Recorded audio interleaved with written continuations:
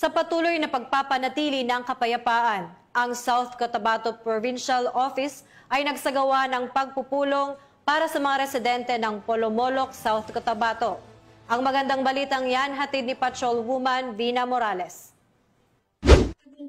Sinagawang Grand Pulong-Pulong sa ilalim ng Enhanced Comprehensive Local Integration Program or ECLIP ng South Cotabato Police Provincial Office sa pamumuno ni Police Colonel Samuel T. Kadungon, Provincial Director, katuwang ang Provincial Social Welfare and Development Office sa Barangay Magsaysay, Polomolok, South Cotabato, dito lamang ika-24 ng Setyembre taong kasalukuyan. Pinangunahan ng Polomolok NPS ang pagbibigay ng mga lectures, kasama ang iba pang mga stakeholders na katuwang sa pagsulong ng kapayapaan, reintegrasyon at pag-unlad ng komunidad.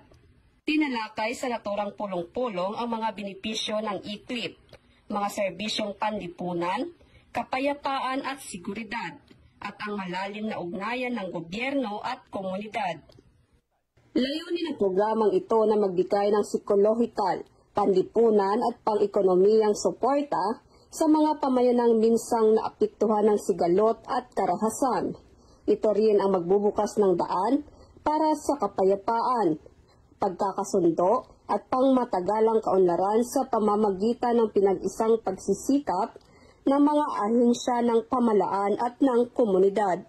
Mula dito sa General Santos City, ako ang inyong PNN correspondent, Patrolwoman Vina Morales, alagad ng batas, tagataguyod ng Balitang Pulis.